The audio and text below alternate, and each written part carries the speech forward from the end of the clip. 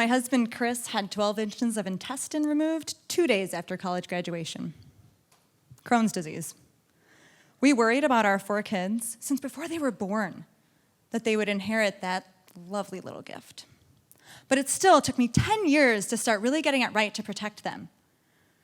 When my oldest, Paul, was 10, I sent him to school with a chef's knife. Well, actually, I had to bring it in, school rules. He was showing his 4th grade class homemade guacamole for a how-to speech. And as I watched him thwack that pit out of the avocado with the chef's knife, I hear all the adults in the room go, and I was actually holding my breath too. Like, what are you doing, Katie? I knew real food would save our kids' health. But it hit me. The only thing Paul could make was guacamole. For 6 years, as a food blogger, I'd been teaching adults all over the world to cook, and somehow I'd forgotten the most important people in my world. Paul, his sister Leah, John, little Gabe. Chris and I knew we couldn't change their genes, but we could choose their diet. And we could give them the capacity to do it for themselves. That was the day I became a kids' cooking teacher. Like most of you, I wasn't raised on real food. I grew up eating hillbilly bread. I can't believe it's not butter, the stuff. And my mom's homemade spaghetti sauce started with 2 cans of Campbell's tomato soup. So I wasn't really taught to cook. I get it. All those parents were gasping that day because they're all sneaking the steak knife away from their kids at Outback. Those other 4th graders probably couldn't even cut an apple. And that is the food crisis in America. Because while functional medicine is so good at finding root cause, I'm saying we have to go deeper. I call it the root of the root cause, and it's the habits our children are forming in childhood. If we want to choose health care over sick care and actually start preventing future chronic disease in adults, we have to teach kids to eat right and get them in the kitchen. Now, whether your specialty is heart disease, diabetes, IBD, hormones, anxiety, whether you work with kids or just adults, your adult patients, clients, and readers have kids or grandkids with similar genetics. And on that same standard American diet, they're headed in the same terrifying direction. Today, 1 out of every 3 high school kids are obese or overweight. And they will be packing your waiting rooms in 20 years because of the choices they're making today.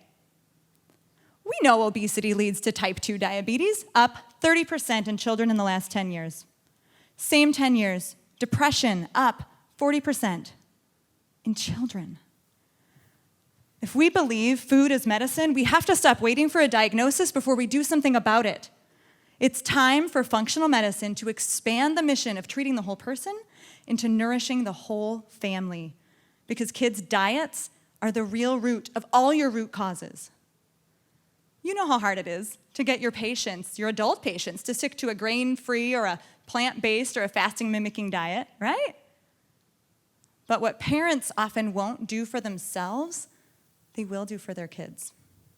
What if your appointments included family sessions?